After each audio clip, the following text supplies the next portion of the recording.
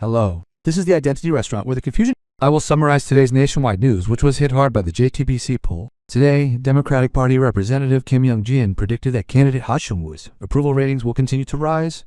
Well, Han Dong-hoon is currently at his peak, meaning the only way is down. Furthermore, Park Min-young, spokesperson for the People Power Party, summarized Han Dong-hoon's current situation as follows. It is a comedy. Worthy of international headlines that his approval ratings remain in a box range,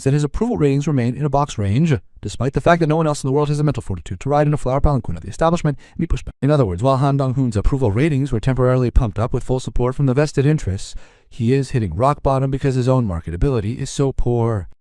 However, by appointing Young Young-gyun as his chairman of the support group, Han Dong-hoon is not only hitting rock bottom, but is crawling into the basement. Now, Han Dong-hoon said this: I have decided to invite former Representative Young, who served 3 terms in Busan's Bagu District as my chairman of the support group. I am deeply grateful. So, the Busan District is a constituency where Jang Yang-jin-soon served 3 terms. People Power Party's Bang Min-sik was re-elected, and Democratic Party's Yoon Jae-soo was re-elected. Han Dong-hoon's plan was to garner votes by evoking nostalgia for Jung Young-gun again in this district, which is rife with pro-Japanese sentiment. The reaction from the Busan elbow to this was as follows. Young Young-gun's choice of Han Dong-hoon as his sponsoring chairman is absurd. JTBC reacted vehemently, stating, quote, just hearing the name of public security prosecutor you write Jung Young-jun makes me furious. The reason such reactions were inevitable is that if the infamous Lee Ki-nan was a torture expert, then Jung Young-jun was a sentence torture expert. Now, this is the content of an article from 2004. It is known that at the time, the Agency for National Security Planning, ANSP, subjected Mr. Yang Hong-wan to acts unbearable for a human being, such as stripping him naked and beating his glands with a stick, a form of torture known as glands beating. Amidst the controversy, claims have even been raised regarding the sentencing of Rep. Jung Ha-yeon-gun, who was in charge of the investigation at the time. Back then, Rep. Jung Ha-yeon-gun personally tortured me. He tortured me with a stick, and that is truly humiliating. Furthermore, during his time as a Grand National Party lawmaker, there was an incident where Jung Young was in a hotel room with a married woman in her 40s, and her husband raided the hotel with reporters, and her husband... Therefore, regardless of political faction, Jung Young-yin is a scumbag whose name alone makes one shudder. This is why Park Min-young, spokesperson for the People Power Party, is also criticizing him. It is astonishing to see the mindset of the Han Dong-hoon faction, which sang the praises of the center while demonizing the leadership as hardliners, yet brings back a forgotten old man involved in unspeakable controversies like adultery and claims that he appeals to the hardliners. Since the party defines the conservative underground as a whole, it is questionable whether the aforementioned controversial figure is even claiming that it helps Han Dong-hoon gain votes. If that was his thinking from the start, it is baffling why he pointed his finger at the Jung Dong-hook leadership, which strove to unite the conservatives in a much more moderate manner.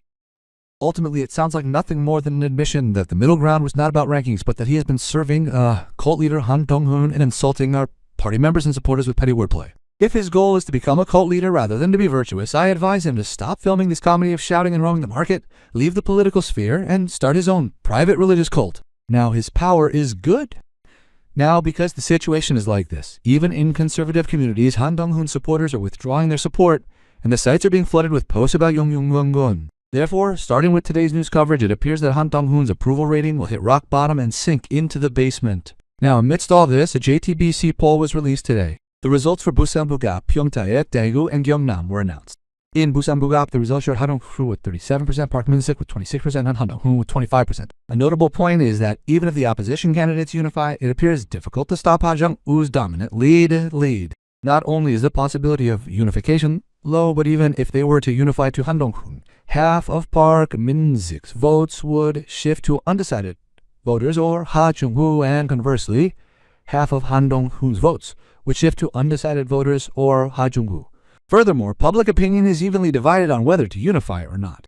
This implies that even if they do, it will be ineffective. Additionally, Park Min-sik's personal past record is becoming a major issue, considering that Han Dong-hoon has fallen into disgrace due to the Jung Young-jung controversy. The conclusion appears to favor Ha Jung-woo. Finally, JTBC reported that the situation in Pyeongtaek has turned unfavorable. Until now, candidate Kim Young-tam had been recording the highest number of votes in a significant number of polls, but according to a JTBC poll, candidate Cho Kuk has risen to first place with 26 to Kim Young-nam's 23. Additionally, with People Power Party PP candidate Yoo Dong-yu 18 and Hwang Kyo-hwan 11 showing a combined total greater than that of the leading candidate, the likelihood of a unified Democratic bloc candidacy emerging has increased if a PPP unified candidacy is formed. Even in that scenario, candidate Chuk appears to be in the lead. Furthermore, as candidate Kim Young-nam, who had been on the defensive until now, has dropped to second place and is expected to shift to an offensive stance, and the situation is likely to heat up further with events such as the head-to-head debate in Pyeongtaek.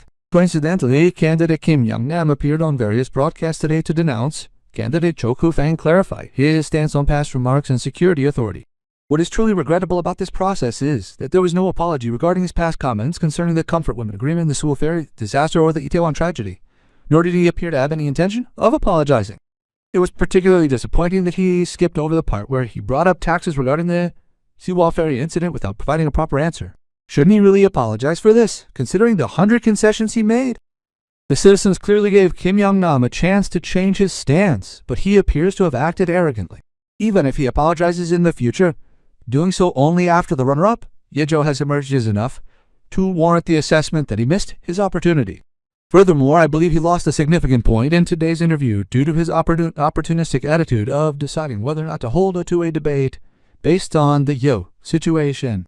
Candidate Kim-Nam seems unaware that in the Democratic camp, merely giving off a scent of opportunism is enough to squander support. Moreover, today's JTBC Pyeongtae Yeonyo result came out with 45% of Democratic Party supporters responding that they support candidate Kim-Nam, while 39% support candidate Cho Kook. We generally consider the Democratic Party supporters who typically vote based on values to be at least a majority. Group A usually considered to be around 70%. Therefore, it is highly likely that Group A, representing the Democratic Party's wisdom faction, will defect further after confirming candidate Kim-Nam's unapologetic and opportunistic attitude. Amidst this, Representative Jung Chung-rae has taken on the role of campaign chairman for candidate Kim, stating that she expects him to win in Pyeongtaek under the Democratic Party's name and will spare no full support for his victory. This news has shattered the worldview of Group B, who dislike Jung Chung-rae and support Kim-Nam, and is also causing confusion in the situational assessment of Group A, who support both candidate Cho Kook and Representative Jung Chung-rae. Regardless of the outcome, I view Representative Jung Chung-rae as having made a choice that is bound to result in a loss. To summarize, the Busan-Bukgu election was an external battle that has been settled by Ha Chung, while the Pyeongtae-gu election is an internal battle that is being settled by Cho Kook. Additionally, JTBC announced the Daewoo mayoral race results showing Kim Buk-kyum at 40% and Chu Kyung-ho at 41%, with reports indicating that the gap is narrowing further. And the Gyeongnam gubernatorial race has emerged as a stronghold for candidate Kim Kyung-soo. Okay, that's all well and good, but the concern is the Dagatsa mayoral race. However, news is also coming in that the situation in Daegu is not over yet. There are reports of declarations of support for candidate Kim Buk-kyum from People Power Party (PPPP) figures in the Daegu region. Today, 347 PP members, comprised of prominent local figures in Daegu, defected en masse, declaring their support for Kim Buk-kyum by stating that the People Power Party treated Daegu like fish caught in a net. Furthermore, a former three-term lawmaker from the PPP is reportedly running as a Democratic Party candidate. In addition, a former Sucheong district mayor and a former Daegu city administrative vice mayor have joined Kim Buk-kyum's camp. Moreover, 139 professors and researchers from the Daegu region have pledged their support for Kim Buk-kyum. As such, because phenomena of last-minute PPP mobilization and counter-mobilization coexist in Daegu, no one can guarantee the outcome. So let me summarize. Handong is finished. Ha Jung-woo is done, but will Cho Kook win? We don't know about Daegu. After all, this is an election being held by President Lee Jae-myung.